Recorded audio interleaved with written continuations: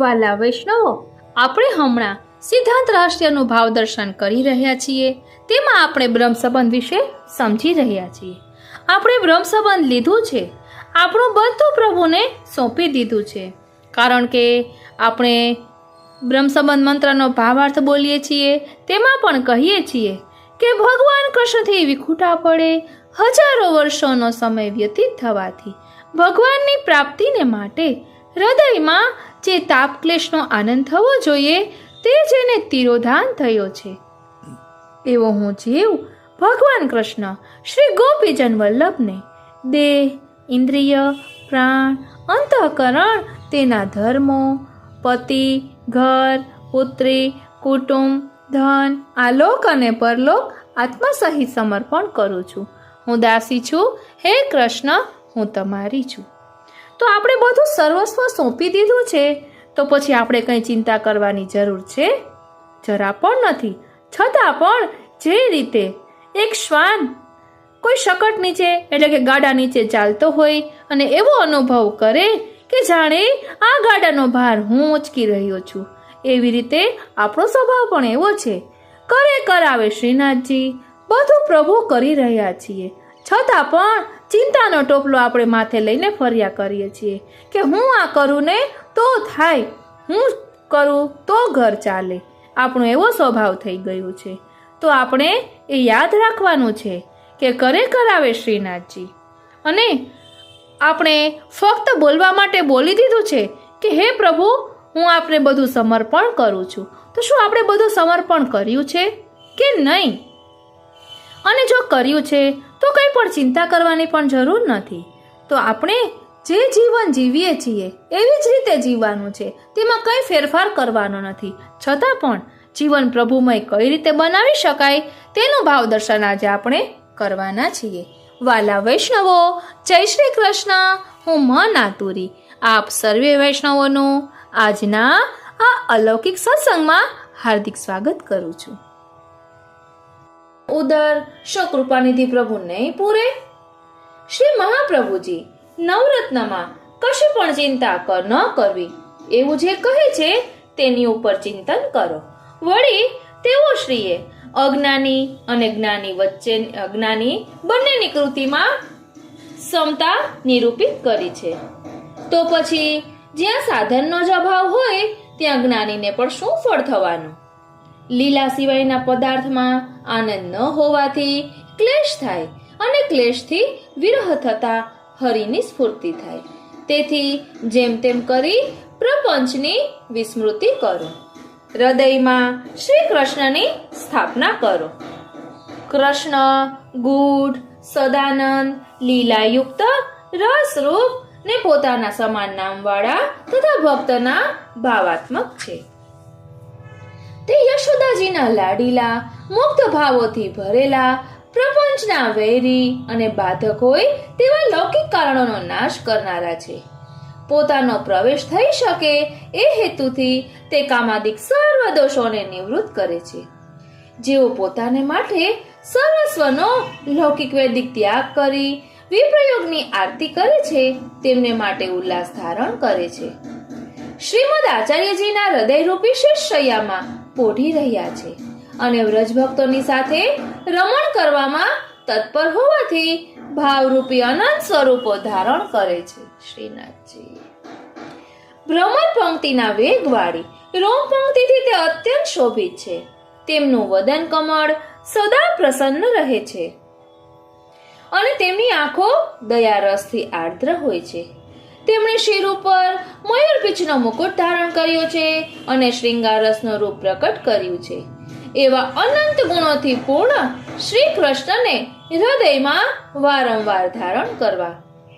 જીવ જ્યાં સુધી જીવે ત્યાં સુધી પોતાનો ધર્મ છે એમ સમજી તેમની સેવા કરવી.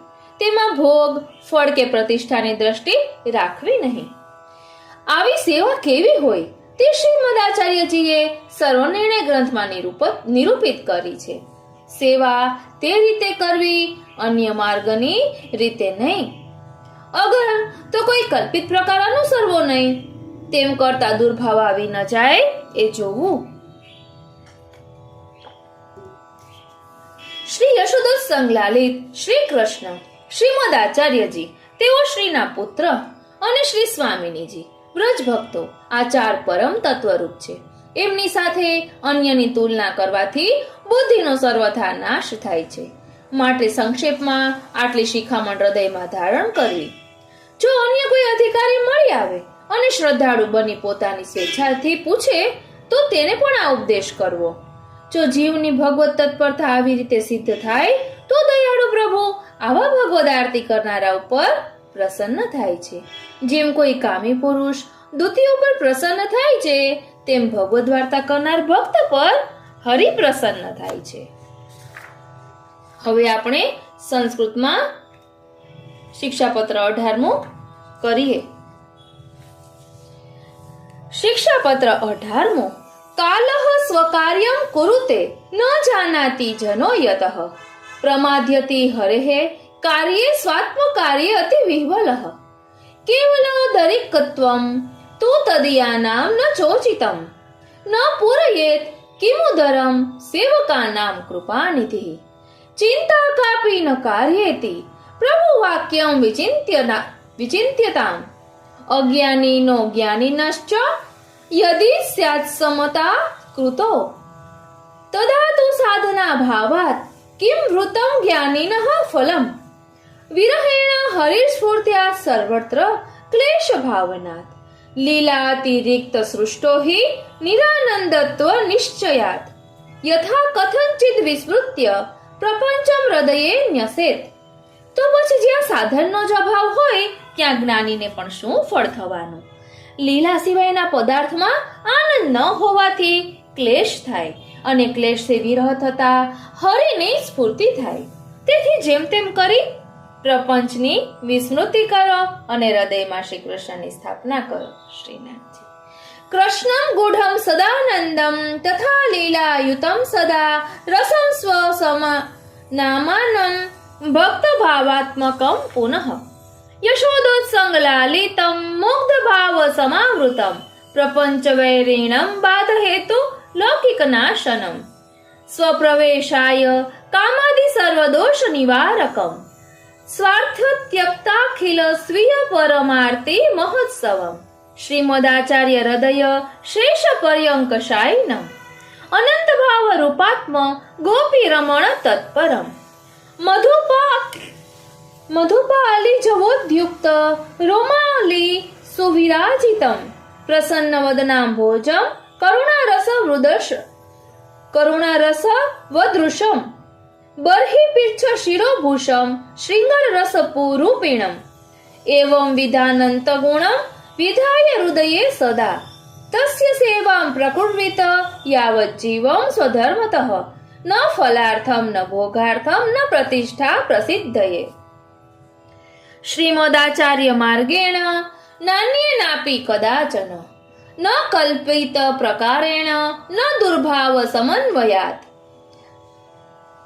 તત્વં વિદિત્વા પરમં યશોદોત્સંગ લાલિતમ શ્રીમદાચાર્ય તત્પુત્રાન હિત્વા સ્મત્સ્વામિની વ્રપી તત્તુલ્ય બુદ્ધયા નાશઃ સ્યાत् સર્વથેતિ વિનિશ્ચયઃ એતાવતી સતી શિક્ષા સંક્ષિપ્તા ધ્રિયતામ હૃદિ અન્યેપી ચોપદેષ્ટવ્યા યદિ સ્યુરધિકારિણઃ મિલન્તિ સ્વેચ્છયા શ્રદ્ધાયુતઃ પૃચ્છન્તિ ચેત્તદા જીવ તત્પરતા સિદ્ધો કૃપાલુસ્તેષુ તુષ્યતિ યથા વિષયિણામ તોષો દુતિકાસુ તથા હરે.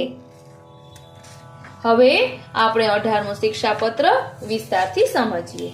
શિક્ષાપત્ર 18મા શિક્ષાપત્રમાં 17 શ્લોક છે. એમાં આપ એ બાબતનું નિરૂપણ કરી રહ્યા છે કે આપણે વૈષ્ણવોએ કેવળ પેટ ભરવા માટે જીવવાની જરૂર નથી. પેટ ભરવા ખાતર ધર્મ આચરણ કરવાની જરૂર નથી. શ્રી મહાપ્રભુજીના સિદ્ધાંતને સમજીને આપની આજ્ઞાનું સાચા હૃદયથી પરિપાલન કરવાનું છે. શ્રી હરિરાય ચરણ પ્રથમ શ્લોકમાં આજ્ઞા કરે છે કે આપણે જાણતા નથી કે સમય કેટલો ઝડપથી પસાર થઈ રહ્યો છે. સમયને થોભાવી શકાતો નથી. બહુ મોડી ખબર પડે છે કે આટલા બધા વર્ષો વીતી ગયા. માણસ બીજો બધું થોભાવી શકે, સમયને થોભાવી શકતો નથી. સમય તો પોતાનું કામ કર્યા જ કરે છે. તે જાણતા હોવા છતાંય આપણે આપણા જીવનની બાબતમાં ભારે દુર્લક્ષ્ય સેવતા હોઈએ છીએ. આપણા ભગવત કાર્યમાં પ્રમાદ એટલે આળસ કરીએ છીએ. લૌકિક કાર્યો કરવામાં આપણને ઘણો પ્રમોદ એટલે કે આનંદ આવે છે. થોડાક વખત પહેલાની આ વાત છે. એક ગામમાં જવાનું થયેલું. જે વૈષ્ણવને ત્યાં મુકામ હતો તેમના ઘરમાં તેમના વૃદ્ધ માતુશ્રી હતા. તેમને ત્યાં તેમના પ્રભુ સખડી ભોગ આરોગતા. મેં જોયું કે માં 68 થી 70 વર્ષની ઉંમરે પણ સવારે વહેલા 4 વાગે જાગી જાય. શિયાળો હોય, ઉનાળો હોય કે ચોમાસું હોય, જાગીને તેમના મુખે ભગવાન નામ ન હોય, ઝાપટ ઝૂપટ શરૂ કરી દે શ્રીનાથજી. સવારે 8-8:30 વાગ્યા સુધી તે બધું કામ કર્યા જ કરે. બધું કામ પરવારીને પછી નિરાતે સેવામાં નાય. સેવામાં હોય ત્યારે અંદરથી તેમની પુત્ર વધુઓને સૂચનાઓ આપ્યા જ કરે. આમ કરો, તેમ કરો, આમ કરો, તેમ કરો. સાંજે બધું કામ પતાવીને 6-6:30 વાગ્યે નાય અને ઝડપથી સેવા પરવારીને બહાર આવીને ઘરના કામમાં લાગી જાય. મેં માને હળવેથી પૂછ્યું, માં, તમારા ભાગ્ય છે કે પ્રભુ તમારા માથે બિરાજે છે. તમારા હાથની સખડી આરોગ્ય છે. તમારે ઘરની કોઈ જવાબદારી નથી. 2 મજાની સંસ્કારી ગુણિયલ પુત્ર વધુઓ છે. ઘરની બધી જવાબદારી સંભાળનારી છે. અને છતાંય તમે ઘરના કામમાં આટલા બધા રચ્યા પચ્યા કેમ રહો છો? માએ કહ્યું, ઘરકામમાં મને ઠીક રહે છે. સેવામાં જોઈએ એવું મન લાગતું નથી શ્રીનાથજી. આ જે વાત છે તે એકલા તે માજીની નથી, આપણા સૌની વાત છે. દુનિયામાં આપણને જે આનંદ આવે તે આનંદ આપણને સેવામાં આવતો નથી. તે આનંદ આપણને જપ પાઠમાં આવતો નથી. તે આનંદ આપણને ભગવદ વાર્તા વાંચવા સાંભળવામાં આવતો નથી શ્રીનાથજી. ઊંધું છે ઓ પ્રભુ. માટે અહીં શ્રી હરિરાયજીએ આપણને ટકોર કરી કે તમે ન સત્સંગ કર્યો, ન તમે શ્રી મહાપ્રભુજીમાં આસક્તિ વધારી. તમને મેં ના પાડી હતી કે સંસારમાં રચ્યા પચ્યા જીવો સાથે જાજો પ્રેમનો સંબંધ ન રાખતા, છતાં તમે લૌકિકમાં આસક્ત રહ્યા. તેનું કારણ શું? શ્રી હરિરાયજી આપણા રોગનું કારણ અહીં પારખે છે. આપણને ભગવત કાર્યોમાં પ્રમાદ છે, આળસ છે. સેવા તો હવે સ્વીકારી છે એટલે કરવી જ પડશે. થશે, મોડી વહેલી થશે એમાં શી ઉતાવળ છે? ક્યાં ઠાકોરજી કઈ બોલે છે? ક્યાં ઠાકોરજી ઝઘડે છે? ક્યાં ઠાકોરજી રડે છે? દુનિયાનું બધું કામ પતાવી દો, નિરાતે ચા પી લ્યો, નિરાતે નાસ્તો કરી લ્યો, નિરાતે છૈયા છોકરાનું કામ પરવારી નિશાળે મોકલી દો, પતિને દુકાને રવાના કરી દો, બધું કામ કરી લ્યો. પછી નિરાતે ઠાકોરજી પાસે જઈશું, ઝટપટ પતાવી દઈશું. તેઓ તો ભાવના ભૂખ્યા હોય છે. આમ લૌકિક પ્રમોદ આપણને બહુ જ ગમે છે. એટલે લૌકિકમાં રચ્યું પચ્યું રહેવું બહુ જ ગમે છે. એમાં બહુ જ આનંદ આવે છે. શ્રી હરિરાય ચરણ આજ્ઞા કરે છે કે આને કારણે ભગવત ધર્મનું પાલન કરવામાં, સેવા કરવામાં, પ્રભુનું નામ સ્મરણ કરવામાં, ભગવદ વાર્તા વાંચવા અને સાંભળવામાં આપણને રુચિ થતી નથી, આપણને રસ પડતો નથી. શ્રી મહાપ્રભુજીએ પણ આ જ વાત આસુવ્યામો લીલા કરતા પહેલા પોતાના બાળકોને અને વૈષ્ણવોને સૌને સમજાવી હતી. છેલ્લી શિખામણ આપી હતી, તમે ભવિષ્યમાં જો બહિર્મુખ થઈ જશો તો આ સમયનો પ્રવાહ તમને ખેંચી જશે. બહિર્મુખ એટલે શું અને અંતર્મુખ એટલે શું? સખડી ભોગ ધરનાર પેલા માજીને આપણે ભગવત સન્મુખ છે એમ કહીશું કે બહિર્મુખ છે એમ કહીશું? ભલે એમણે સેવાની ક્રિયા કરી પણ મન ક્યારેય સેવામાં જોડાયું નથી. તેનું મન હંમેશા બહિર્મુખ હતું. અમદાવાદના પેલા વણિક શેઠ વૈષ્ણવને ઠાકોરજીને શ્રીંગાર ધરતા મનમાં વિચાર આવે છે કે જોડા સડી ગયા છે. આજે મોચીની દુકાનેથી ખરીદીને પછી દુકાને જઈશ. તેમનું મન ક્યાં છે? પ્રભુની સન્મુખ છે કે બહિર્મુખ છે? અહીં શ્રી હરિરાય ચરણ આપણને સમજાવે છે કે જીવનની અંદર ધર્મ આચરણ આપણે કેવી રીતે કરીશું અને ધર્મ આચરણ શા માટે કરીશું. ધર્મ એ વાર્તાનો વિષય નથી, ધર્મ એ ચર્ચાનો વિષય નથી, ધર્મ એ સાંભળવાનો વિષય નથી, ધર્મ એ તો જીવનમાં આચરવાનો વિષય છે શ્રીનાથજી. આજે આપણે સૌ એમ કહીએ છીએ કે આપણા વૈષ્ણવમાં ધાર્મિકતા બહુ વધી છે. હમણાં એક સ્થળે 56 ભોગ થયો. ત્યાંથી આવનાર વૈષ્ણવોએ કહ્યું કે 56 ભોગના દિવસે 4 લાખ વૈષ્ણવો ત્યાં એકત્ર થયા હતા. આપણે કહીશું કે આપણી ધાર્મિકતા બહુ વધી છે, પણ આપણામાં ધર્મ વધ્યો છે ખરો? ધર્મશીલતા આપણામાં વધી છે ખરી? શ્રી હરિરાય ચરણ આપણને અહીં પ્રશ્ન પૂછી રહ્યા છે. ધાર્મિકતા અને ધર્મશીલતા એ બે જુદી જુદી બાબતો છે. મંદિરે જઈએ, દર્શન માટે ધક્કાધક્કી કરીએ, કોઈકને ઠોસા કોણી મારીએ. શ્રીનાથજી આગળ જવા મળ્યું હોય તો હિરણ્યકશ્યપે રોપેલા થાંભલાની જેમ ઊભા થઈ જઈએ. એ ધાર્મિકતા ભલે હશે, ધર્મશીલતા નથી. દર્શન કરીને આવનાર વૈષ્ણવોને પૂછવાનું મન થયું કે આજે શ્રી ઠાકોરજીએ શા શ્રૃંગાર ધર્યા હતા, શ્રી મસ્તકે શા શ્રૃંગાર હતા, આપના કર્ણમાં કેવા આભૂષણ હતા, આપના શ્રીકંઠમાં કેટલી માળાઓ બિરાજતી હતી. આપણે સૌ કહીશું કે એ કંઈ અમને ખબર નથી. અમે તો સુંદર મજાના ગુલાબી સાજના દર્શન કર્યા, અમે તો સુંદર મજાની ફૂલમંડલીના દર્શન કર્યા, અમે તો આજુબાજુ કોણ કોણ ઊભા છે એમના દર્શન કર્યા. શ્રી ઠાકોરજીના મુખારવિંદના દર્શન નથી કર્યા. એ તો દર્શન કરનાર મહાનુભાવ જ ગાય કે કમલ સી અખિયા લાલ તિહારી, 300 તકી તકી તીર ચલાવત બેંધત છતિયા હમારી. પણ આપણી છાતી વિંધાતી હોય તો કહીએ ને કે બેંધત છતિયા હમારી. આ આપણી ધાર્મિકતા છે. સૌ એમ માને છે કે વૈષ્ણવ રોજ મંદિરે દર્શન કરવા આવે છે, પણ એ વૈષ્ણવનું હૃદય કહે છે કે હું ઠાકોરજીના દર્શન નથી કરતો, હું કેવળ હાજરી પુરાવું છું. આપણે અષ્ટાક્ષરનો જપ કરીએ છીએ, એક માળા તમે કરતા હો તો એટલી મિનિટ તમારું મન એ અષ્ટાક્ષર મંત્રના ભાવનું ચિંતન કરવામાં લાગેલું હોય છે. જેના શરણે હું છું એમ કહીએ છીએ, એ યુગલ સ્વરૂપનું ચિંતન આપણે એ વખતે કરીએ છીએ ખરા? ના, આપણે પેલા પોપટની જેમ અષ્ટાક્ષર મંત્રનું રટણ કરી જઈએ છીએ. આપણી એ ધાર્મિકતા, ધર્મશીલતા નથી. માટે તો સુરદાસજીને ગાવું પડ્યું. પણ સુરદાસજી બહુ વિવેકી છે, દીન છે. બીજાને સલાહ આપવાને બદલે પોતાના મનને સંબોધીને ગાય છે કે મન રે તો ભૂલ્યો જન્મ ગવાય. હે મન, તું આ દુનિયામાં સાચો રસ્તો જોવાનો ભૂલીને ખોટા રસ્તે તારો જન્મ ગુમાવી રહ્યો છે. ખબર ન પડી તો કો સિર પર કાલ સદા મંડરાવે. તારા માથા ઉપર કાળનું ચક્ર સદાય ફર્યા કરે છે. વિચાર કરો, કાલ સુધી આપણે કેટલા નાના હતા. કાળનું ચક્ર સદાય ફર્યા કરે છે. કાલ સુધી આપણે કેટલા નાના હતા અને આજે આપણે કેટલા મોટા થઈ ગયા. માથે સફેદ વાળ આવી ગયા. જવાહરલાલ નહેરુ એમની આત્મકથામાં કહે છે કે નાનો ત્યારે મારી વર્ષગાંઠ આવતી ત્યારે મને બહુ આનંદ થતો. હું એવું વિચારતો કે આ વર્ષમાં એક જ વાર શા માટે આવે છે, રોજ રોજ કેમ નથી આવતી. પણ હવે જ્યારે સફેદ વાળ માથે આવ્યા છે ત્યારે કોઈ મને યાદ કરાવે કે આજે તમારી વર્ષગાંઠ છે ત્યારે મને દુઃખ થાય છે અને નિસાસો નીકળે છે કે જિંદગીમાંથી હવે એક વર્ષ ઓછું થયું. જ્યાં સુધી સમય ચાલ્યો જાય છે, વેડફાઈ જાય છે અને તેનું ભાન નહીં થાય ત્યાં સુધી આપણો જન્મ ગુમાવ્યા જ કરીશું. આપણે પણ આપણો જન્મ ગુમાવ્યા કરીશું. ખાનપાન અટક્યો નિસવાસ, જીહવા લાડ લડાવે. શ્રીનાથજી સુરદાસજીએ શરણે આવ્યા પછી ક્યારેય સમર્પિત નથી લીધું.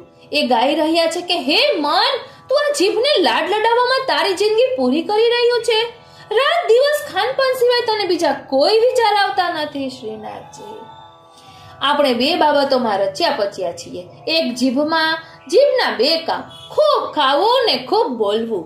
આ બંને કામ આપણને બહુ પ્રિય. શ્રીનાથજી ખાતા ખાતા બોલીએ છીએ અને બોલતા બોલતા ખાઈએ છીએ. એ સિવાય બીજું કાંઈ કરતા જ નથી. બીજા રચ્યા પચ્યા છીએ વિષય વાસનામાં, લૌકિકના મોજ મજાના પ્રમોદ સિવાય આપણને બીજા કશામાં રસ નથી. ચિત્તમાં એક જ વાત છે, સવારે ઉઠ્યા એટલે આજે શું રાંધીશું અને આજે ક્યાં ફરવા જઈશું. એ સિવાય નથી પ્રભુના સ્વરૂપનું ચિંતન, નથી સેવામાં કયો મનોરથ કરવો એનો વિચાર. માટે તો સુરદાસજી બીજા પદમાં કહે છે, દેખો દુર્મતિ યહ સંસાર કી. આ સંસારના લોકોની ખરાબ બુદ્ધિ તો જુઓ. હરીસો હીરા છોડ હાથ મેં બાંભત પોટ વિકાર કી. પ્રભુ હરિ જેવો હીરો આપ્યો છે, એને ગોખલામાં પધરાવી દીધો અને દુનિયાની મોજ મજાની પોટલી બાંધતા ફરી રહ્યા છે. માટે શ્રી હરિરાય ચરણ આજ્ઞા કરે છે કે હે પ્રિય વૈષ્ણવો, તમે આ જીવન પેટ ભરવા ખાતર ન જીવશો. શ્રી હરિરાય ચરણની આ આજ્ઞા આપણે સમજવા જેવી છે. શાસ્ત્રો એમ કહે છે કે 84 લાખ યોનિમાં ફરતા ફરતા જીવન તે મનુષ્ય યોનિને પ્રાપ્ત કરે છે. પ્રભુને પ્રાપ્ત કરવા માટે મનુષ્ય યોનિ સિવાય બીજી કોઈ યોનિ કામમાં આવતી નથી. ધર્મનું આચરણ કેવળ મનુષ્ય યોનિમાં જ શક્ય છે. એવો મનુષ્ય દેહ પ્રભુ કૃપાએ કરીને આપ્યો. શ્રી મહાપ્રભુજી એવી કૃપા કરી કે વૈષ્ણવ કુટુંબમાં આપણને જન્મ આપ્યો અને આપણને બ્રહ્મ સંબંધ આપીને પોતાના બનાવ્યા, વૈષ્ણવ કર્યા પ્રભુને પ્રાપ્ત કરવા માટે. હવે અંતર કેટલું?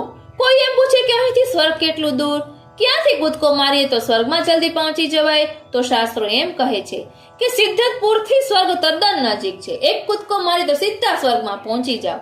સિદ્ધપુર એટલે જેનું જીવન સિદ્ધ થયું છે, જેણે પોતાના જીવનમાં ધર્મનું આચરણ શાસ્ત્રોની આજ્ઞા પ્રમાણે કર્યું છે, એના માટે સ્વર્ગ નજીક છે.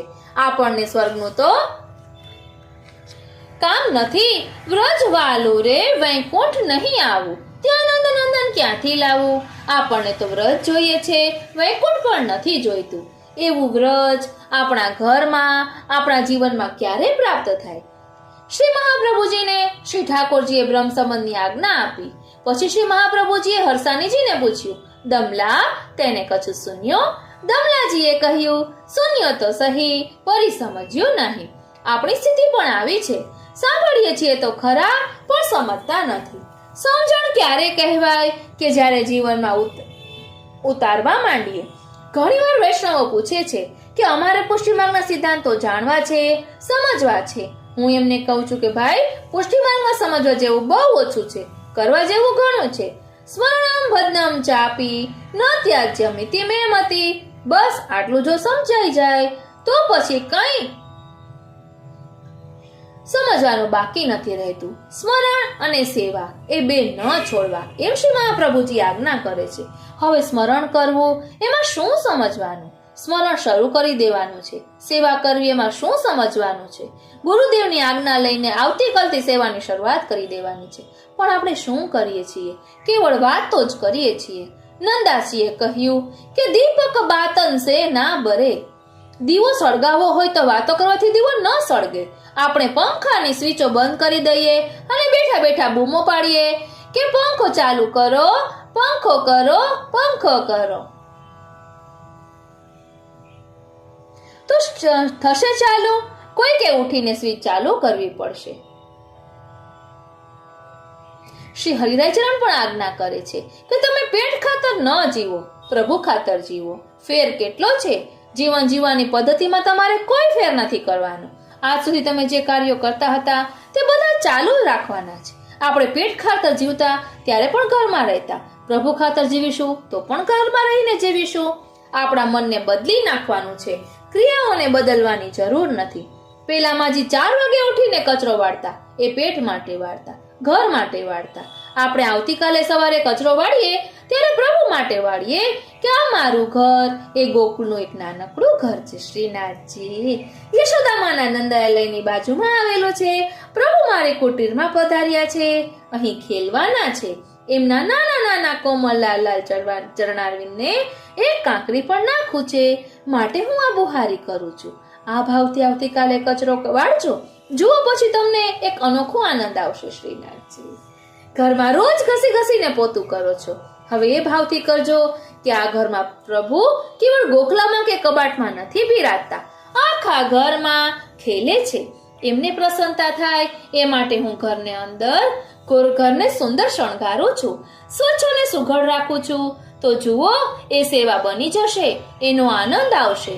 તેમ રોજ જુદી જુદી રસોઈ કરો છો, પેટના સુખ માટે, જીભના સ્વાદ માટે. કાલથી એવો વિચાર કરો કે આ સામગ્રી મારા પ્રભુને આરોગાવવા માટે હું બનાવું, કારણ કે આજ ગોપાલ પાહુને આય, પ્રભુ મહેમાન બનીને મારે ત્યાં પધાર્યા છે. જુઓ તમને કેટલો આનંદ આવે છે. તમને સારા વસ્ત્રો પહેરવાનો શોખ છે, ખુશીથી પહેરો, અલંકાર પહેરો, પણ વિચાર એવો રાખો કે આ પહેરીને મારા પ્રભુની સામે જઈશ, મારા પ્રભુ જોઈને બહુ રાજી થશે. પ્રભુના રાજીપા માટે હું આ પહેરું છું. જુઓ તમારું આખું કામ બદલાઈ જશે. વ્રજભક્તો પણ આ જ કરતા હતા. ગોકુળમાં ઠાકોરજી પધાર્યા ત્યારથી વ્રજભક્તોના જીવનમાં કૃષ્ણ સિવાય બીજું કંઈ હતું જ નહીં. જાગતા હતા કૃષ્ણને જગાડવા માટે, રસોઈ કરતા હતા કૃષ્ણને જમાડવા માટે, સૂઈ જતા હતા કૃષ્ણનું સપનું જોવા માટે, વનમાં જતા હતા કૃષ્ણને છાક આરોગાવવા માટે, પ્રાત સમય ઉઠી વ્રજબાલા ગાવતી મંગલ ગીત રસાલા. એમનું જીવન શરૂ થતું હતું કૃષ્ણના મંગલ ગીતોથી. કર શૃંગાર મથનિયા ધોવે. એ પોતે સ્નાન કરી શૃંગાર કરી પછી જળની માટલી ધોતા, કેમ કે એમાં જે જલ ભરીશ એ મારા કૃષ્ણ આરોગવાના છે. શ્રીનાથજી અપનો અપનો દહીં અવિલોવે, મથન કરે મોહન જશ ગાવે. ઘરમાં દહીં વલોવે છે પણ યશ ગાય છે પ્રભુના. ઘર કામ કરતા જાઓ, પ્રભુને યાદ કરતા જાઓ તો આપણું જીવન પણ પ્રભુમય બની જશે. આપણું ઘર પ્રભુમય બની જશે. આપણું આખું કુટુંબ પ્રભુમય બની જશે. શ્રી હરિરાય ચરણ અને શ્રી ગોપેશ્વરજી અહીં આજ્ઞા કરે છે કે સેવાના બાકીના સમયમાં વૈષ્ણવોએ વ્યાવૃત્તિ અવશ્ય કરવી. પણ વિચાર એ કરો કે મારા પ્રભુને લાડ લડાવવા માટે હું નોકરી કરું છું. મારા ઘરમાં બધા વૈષ્ણવો છે. એ વૈષ્ણવોની સેવા માટે હું વેપાર કે નોકરી કરું છું. આપણી નોકરી અને વેપાર એ પણ સેવા બની જશે. આપણી ઊંઘ સેવા બની જશે. આપણે સિનેમા જોવા જઈએ, ભલે જાઓ, ખુશીથી જાઓ, પણ મનમાં વિચાર કરો કે ગોદમાં મારા પ્રભુજી બિરાજી રહ્યા છે, તે આનંદ લઈ રહ્યા છે, માટે હું જાઉં છું. તો સિનેમા જોવાનું પણ સેવા બની જશે. આજ સુધી આ જગતમાં આપણે પોતાને માટે જીવતા હતા. શ્રી મહાપ્રભુજી આજ્ઞા કરે છે કે તમે બ્રહ્મ સંબંધ લીધું છે, તમારું બધું પ્રભુને સોંપી દીધું છે. હવે તમે પ્રભુના માટે જીવો. શ્રી મહાપ્રભુજી સર્વ નિર્ણયમાં ત્યાં સુધી આજ્ઞા કરે છે કે જો ઘરમાં રહીને શ્રી ઠાકોરજીની સેવા તમારાથી ન બને તો ઘર છોડીને જતા રહો. તમને ઘરમાં રહેવાનો અધિકાર નથી. ઘરમાંથી ક્યાં જશો? શ્રી મહાપ્રભુજી સમજાવે છે કે યાત્રા કરો, રખડ્યા કરો. જેનાથી સેવા ન બને એને યાત્રા કરવી. આજે આપણે આ જ કરીએ છીએ. ઘરમાં સેવા નથી બનતી, ચાલો બેઠકો કરવા. ઘરમાં સેવા નથી બનતી, ચાલો શ્રીનાથજી. ઘરમાં સેવા નથી બનતી, ચાલો વ્રજમાં. ત્યાં જઈને શું કરીએ છીએ? આપણા મનને પૂછી લેવાનું. સુરદાસજીએ કહ્યું, હે જીવ, હે મન, તું આ દુનિયાના સંબંધોમાં લપટાયો છે. તું એમ માને છે કે તારી આ પત્ની છે તો તું સુખી છે, આ દીકરો છે તો તું સુખી છે. પણ યાદ રાખજે, બિન ગોપાલ નહીં કોઈ અપનો. ઠાકોરજી વિના તારું કોઈ સગું નથી. સાચા સગા છો શ્રીનાથજી સોહાગી મારે. સાચા સગા છો શ્રીનાથજી. સાચા સગા છો શ્રીનાથજી સોહાગી મારે. સાચા સગા છો શ્રીનાથજી. બીજું સગું તો સૌ મુખથી કહેવાનું, દુઃખમાં ન આવે કોઈ સાથજી સોહાગી મારે. સાચા સગા છો શ્રીનાથજી. દુઃખ આવે ત્યારે બધા આવીને આશ્વાસન તો આપી જાય, પણ આપણું દુઃખ બીજું કોઈ ભોગવવા આવતું નથી. ભોગવવું પડે છે કેવળ હૃદયમાં બિરાજતા પ્રભુને. શ્રીનાથજી આપણું શરીર રોગ ભોગવે ત્યારે પ્રભુને પણ પરિશ્રમ પડે છે. સુરદાસજી કહે છે, કોણ માત પિતા સુત ઘરની, કોણ બાપ ને કોણ માં, કોણ પત્ની ને કોણ દીકરો. યહ સબ જગ રેન કો સુપના. આ દુનિયા તો એક રાતનું સ્વપ્ન છે, છતાંય આપણને સપનું વધારે મીઠું લાગે છે. મન મલિન ઘર ઘર પ્રતિ ડોલત ઉદર ભરત હેત. હે મન, તું કેટલું ગંદુ છે, મલિન છે. બે કોડિયા અનાજ માટે ઘર ઘર ભટકે છે. આપણને જોઈએ એટલું ઠાકોરજી આપતા હોવા છતાંય વધારે ને વધારે કેમ મળે એના પ્રપંચમાં ફસાયેલા છીએ. 1000 મળે એને 10,000 જોઈએ, 10,000 મળે એને લાખ જોઈએ, લાખ મળે એને કરોડ જોઈએ, અને કરોડ મળ્યા પછી આપણી કરોડ ભાંગી જાય, એટલે કરોડ રજુ ભાંગી જાય. એ કરોડને સાચવવાની ઉપાધિના પોટલા એવા આવે કે નથી સેવા સૂઝતી, નથી સ્મરણ સૂઝતું. મુંબઈમાં એક વૈષ્ણવને ત્યાં એક દિવસ જવાનું થયું. બહુ જ રાજભોગ શ્રૃંગાર, પ્રભુને અંગીકાર કરાવવાની એમની તૈયારી. ઠાકોરજીને શ્રૃંગાર આપવા બેઠેલા અને બાજુમાં ટેલિફોન. મિનિટે ઘંટડી વાગતી. શ્રૃંગાર ધરતા જાય, વાતો કરતા જાય. મેં કહ્યું, આ બધું પહેલા પતાવી લો ને પછી ધરજો શ્રૃંગાર. કેમ કે તમારા મોંના છાટા પ્રભુને ઉડે છે. શ્રીનાથજી, તમે નારાયણની સેવા કરો છો કે નારાયણના પત્નીની સેવા કરો છો? શ્રી હરિરાય ચરણ અહીં આજ્ઞા કરે છે કે તમે પેટ ખાતર કદી ન જીવશો, જીવનમાં સંતોષ રાખજો. શ્રી ગોપેશ્વરજી તો એવી આજ્ઞા કરે છે કે આપણે દિવસમાં 1 પ્રહર અને 4 ઘડી નોકરી કે વેપાર કરવો. બાકીનો સમય સેવા સ્મરણ કરવા.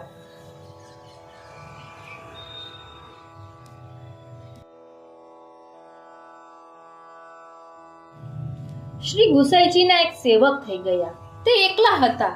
નોકરી કરવાની જરૂર પડી. શ્રી ગુસાઈજીના સેવક નારાયણદાસ દિવાનને ત્યાં નોકરીએ ગયા. એમને સાવચેતી રાખીને પોતે શ્રી ગુસાઈજીના સેવક છે એવું બતાવ્યું નહીં. શરત એટલી કરી કે હું તમારે ત્યાં બપોરના 12 વાગ્યે આવીશ અને 4ના ટકોરા પડશે એટલે ઊભો થઈ જઈશ. તમે જે પગાર આપતા હો એનાથી ભલે અડધો આપજો, પણ 4 વાગ્યા પછી 1 મિનિટ ઊભો નહીં રહો. દીવાને કહ્યું ભલે. તેઓ રાજભોગ ધરીને પ્રસાદ લઈને જાય ત્યારે ઠાકોરજીને વિનંતી કરી કે આપ ઘરમાં ખેલજો. આ ખીલોના છે, હું 4 વાગે આવીશ. ઠાકોરજી એમનો છેડો પકડીને પૂછે, સાંજે આવીશ ત્યારે મારા માટે શું લાવીશ? એ કહે, આજે તમારા માટે સુંદર કેરી લાવીશ. ઠાકોરજી આજ્ઞા કરે, ભલે જાઓ. 4 વાગે એટલે તરત ઊભા. 4 કલાકમાં કામ કરે 8 કલાકનું.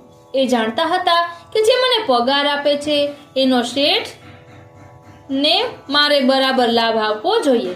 પ્રમાણિકતાથી મારે નોકરી કરવી જોઈએ. બજારમાંથી કેરી લઈને ઘેર આવે, સાંકળ ખકડાવે. ઠાકોરજી અંદરથી પૂછે, મારા માટે શું લાવ્યો? તે કેરી બતાવે ત્યારે પ્રભુ દ્વાર ખોલે. પ્રભુ એમના ઉપર પ્રસન્ન કેમ હતા? એ પ્રભુનું સુખ વધારે વિચારતા. પોતાના જીવન માટે નોકરી કરતા નહોતા, પ્રભુની પ્રસન્નતા માટે નોકરી કરતા હતા. માટે અહીં શ્રી હરિરાય ચરણ આજ્ઞા કરે છે કે વૈષ્ણવે પેટ ભરવા ન જીવવું, વૈષ્ણવે પ્રભુની સેવા કરવા માટે જ જીવવું. આપણે જોઈ ગયા કે આપણામાં ધાર્મિકતા છે પણ ધર્મશીલતા નથી. શ્રી હરિરાય ચરણ આ શિક્ષાપત્રમાં આપણને ધર્મશીલતા સમજાવે છે કે વૈષ્ણવમાં કેવું જીવન જીવવાની તૈયારી જોઈએ. આપણે કેવું જીવન જીવીશું? સંસ્કૃત સુભાષિતકારે તો બહુ સાચું કહ્યું. આહાર નિદ્રા ભય મૈથુનમ ચ સામાન્ય મેતદ પશુભીર નરાણામ. ખાવું, ઊંઘવું, બીક લાગે તો ભાગી જવું અને પ્રજા ઉત્પન્ન કરવી, આ 4 તો પશુ પણ કરે છે અને આપણે પણ કરીએ છીએ. આપણામાં અને પશુમાં ફેર શું? આપણું જીવન પણ આ પશુઓના જેવું બનતું જાય છે. ત્યારે શ્રી હરિરાય ચરણ આજ્ઞા કરે છે કે આપણે વૈષ્ણવ તરીકે જીવવું હોય, વૈષ્ણવ તરીકે આપણે રહેવું હોય તો શું કરીશું? સૌથી પહેલા તો આપ કહે છે કે આ સંસારમાં ક્યાંય સાચો આનંદ નથી, બધે ક્લેશ છે. એ વાત બરાબર સમજી લેજો. સાચો આનંદ ક્યાંય નથી.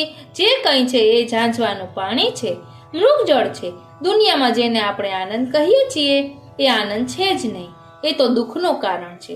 સાચો આનંદ કેવળ પ્રભુ છે. તે આનંદ પ્રભુ જ આપી શકશે અને તે કેવળ પ્રભુમાં જ પ્રાપ્ત થશે. થોડાક વર્ષો પહેલાની વાત છે. મુંબઈમાં હરે કૃષ્ણ વાળાનો આશ્રમ છે, ત્યાં જવાનું થયું. જે આશ્રમના મુખ્ય સંચાલક સ્વામીજીને મળવાનું થયું. વાતમાં મેં એમને પૂછ્યું કે આપ નામ સ્મરણ કરો છો, એમાં આપને જે આનંદ આવે છે એ આનંદ હંમેશ માટે ટકી રહે છે ખરો? એમણે અડધી મિનિટ મારી આંખોમાં આંખો પરોવીને મને પૂછ્યું, મારે સાચું કહેવું જોઈએ? મેં કહ્યું, ચોક્કસ, આપણે પ્રભુની સામે ઊભા છીએ, ખોટું તો બોલાય જ કેમ? એમણે કહ્યું, ભગવાન નામ લઈને એટલો વખત અમને આનંદનો અનુભવ થાય છે પણ પછી આનંદ ખોવાઈ જાય છે. મેં કહ્યું, એનું કારણ શું? તેઓ કહે છે, અમે શોધી શક્યા નથી. એનું કારણ શ્રી મહાપ્રભુજીએ શોધ્યું છે. ભગવાન નામ ચૂકી જઈએ એટલે મન પાછું બહિર્મુખ થાય છે. સંસારમાં રચ્યું પચ્યું થાય એટલે પાછો એ આનંદ જતો રહે છે. કુંભનદાસજીની વાર્તા તમે બહુ સારી રીતે જાણો છો. એક દિવસ સવારે કુંભનદાસજી સ્નાન કરીને ખેતરમાં વૃક્ષની નીચે બેઠા છે. શ્રીજી બાબા સામેથી પધાર્યા છે, ગોદમાં બિરાજ્યા છે અને કહે છે, કુંભના, આજે તને ખાનગી વાત કહેવા આવ્યો છું, તો કોઈને કહીશ નહીં હો. કુંભનદાસજી કહે છે, ભલે. હજી શ્રીજી બાબા વાત શરૂ કરે એ પહેલા તો સામેના દરવાજામાંથી રાજા માનસિંહ આવે છે. શ્રીજી બાબા એને જોતા ભાગી જઈને વૃક્ષની પાછળ સંતાઈ જાય છે. કુંભનદાસજી મનમાં ને મનમાં અપ્રસન્ન થાય છે કે આ યમદૂત ક્યાંથી આવ્યો જે મને મારા પ્રભુથી દૂર લઈ જાય છે? આ તો અક્રૂર છે.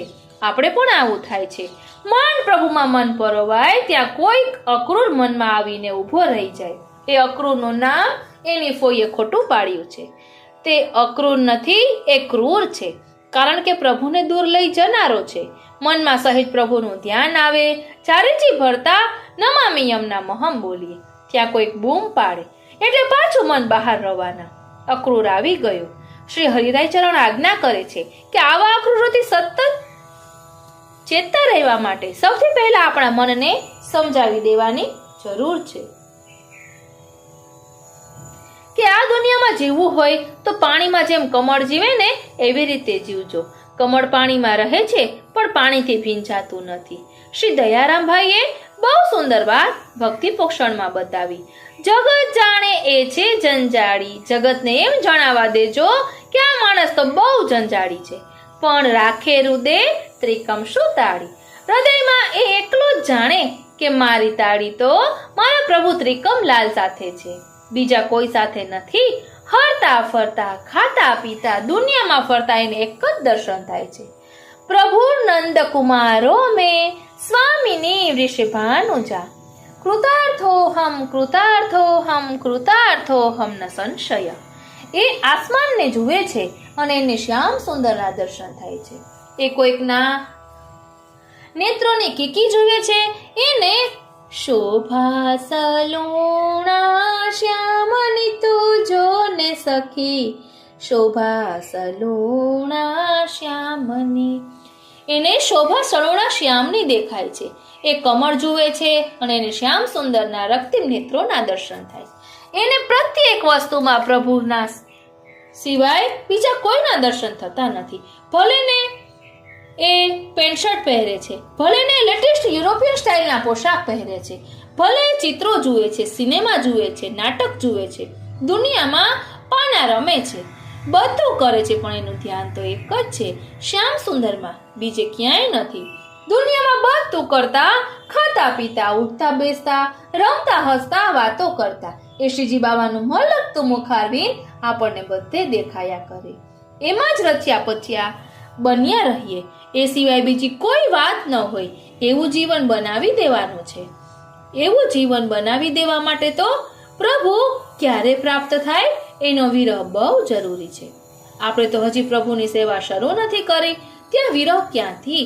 હજી તો કન્યા જોઈ નથી કે નક્કી કરી નથી, કન્યા સાથે સંબંધ બંધાયો નથી, ત્યાં એનો વિરહ કરો એમ કોઈ કહે તો એનો વિરહ કરવો કેવી રીતે? પ્રેમ થયા પહેલા વિરહ થતો નથી. પ્રભુને પ્રેમ કરતા શીખવો હોય તો સેવા કરવી પડશે.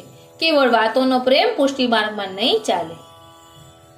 ગુજરાતના એક જાણીતા લેખક અને કવિ થઈ ગયા ઝવેરચંદ મેઘાણી, એમણે દુનિયાના પ્રેમ માટે જે કહ્યું છે એ પુષ્ટિ માર્ગના દેવી પ્રેમ માટે પણ સાચું છે. પ્રેમનો લાડુ વાતો કરવાના પોચા પાણીથી નથી બંધાતો. પ્રેમનો લાડુ વાતો કરવાના પોચા પાણીથી નથી બંધાતો. એમાં તો જોઈએ છે ખપી જવાની તાકાતનું પાણી, તાકાતનું પાકી તાવણનું ઘી. આપણા બધાનો પ્રેમનો લાડુ વાતોનો લાડુ છે, ખપી જવાની તાકાતનો લાડુ નથી.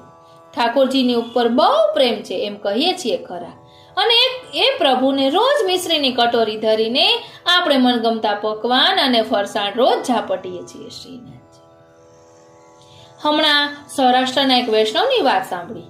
ઘેર 2 દીકરાનો સાથે લગ્ન છે, ગામડાના ખેડૂત વૈષ્ણવ છે, 2 વહુઓને ચડાવવા માટે દાગીના બનાવવાના છે.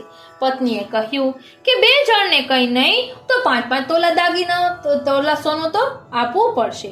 ઘરમાં 10 તોલા છે, એને ભંગાવીને બંને વહુના 5-5 તોલાના દાગીના બનાવી દઈએ. વૈષ્ણવ કહે કે ના હો, એ નહીં બને. ઘરમાં જે 10 તોલા સોનું છે એના 3 ભાગ થશે.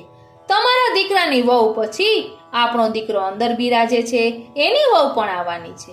પહેલા આપણા ઠાકોરજીના 4 તોલાના શ્રૃંગાર કરાવો, પછી તમારી 2 વહુના 3-3 તોલાના શ્રૃંગાર થશે. આનું નામ ખપી જવાની પાકી તાવણનું ઘી. આપણે તો કહીએ છીએ કે એને તો ગુંજામાળા ધરી એટલે રાજી રાજી, આખો શ્રૃંગાર થઈ ગયો. હા, વાત સાચી છે. એ ગુંજામાળાથી રાજી થઈ જાય છે જો આપણે કેવળ ગળામાં તુલસીની માળા પહેરીને રહીએ તો. પણ આપણા ગળામાં સોનાનો અડોછો હોય, આપણા કાનની અંદર સાચા હીરાના ઇયરિંગ હોય, આપણા હાથમાં સોનાના કંકણ હોય, અને આપણા પ્રભુને એકલી ગુંજાની માળા ધરીએ તો એ આપણી લુચ્ચાઈ છે, એ આપણું ઠગારાપણું છે, પ્રભુ પ્રત્યેનો એ પ્રેમ નથી. માટે શ્રી હરિરાય ચરણ અહીં સમજાવે છે કે પ્રભુને પ્રાપ્ત કરવાનો વિરહ તો ત્યારે થશે કે જ્યારે પ્રભુના સુખ માટે આપણે આપણું સર્વસ્વ ન્યોછાવર કરી દઈશું. પ્રભુ તો પેલા અકિંચન વૈષ્ણવને મળે જે વૈષ્ણવના નકડી ઝૂંપડીમાં ઠાકોરજીને પધરાવીને ચોમાસાના મુશળધાર વરસાદમાં ઝૂંપડીની બહાર પલળતા બેસી રહ્યા છે. પ્રભુ આજ્ઞા કરે છે કે તમે અંદર આવો, તમે પલળો છો, એ મારાથી સહન થતું નથી. ત્યારે આપણે શું કરીએ છીએ? આપણે પંખા નીચે સૂઈ જઈએ છીએ, આપણે અગાસીમાં સૂઈ જઈએ છીએ. આપણે પ્રભુએ આપ્યું હોય તો એર કન્ડિશનર વસાવીએ છીએ. ત્યારે વિચારીએ છીએ કે ઘરમાં મારા પ્રભુ ક્યાં પોઢ્યા છે, એમને કેટલો પવન આવે છે, એમનું સુખ શું છે. આપણો પ્રેમ એ વાતો કરવાનો પોચા પાણીનો પ્રેમ છે. આપણો પ્રેમ ખપી જવાની તાકાતનો પાકીતાવળનો ના ઘીનો પ્રેમ નથી. એક વૈષ્ણવના દર્શન થયા, સાંજનો સમય છે, ઘેર આવેલા છે, તેમને સુંદર મજાનું લીંબુનું પ્રસાદી જળમાં કરેલું શરબત આપવામાં આવ્યું. તેમણે ઘડિયાળ સામે જોઈને કહ્યું, હમણાં મૂકી રાખો, હું કલાક રહીને લઈશ, મને હમણાં જરા ઠીક નથી.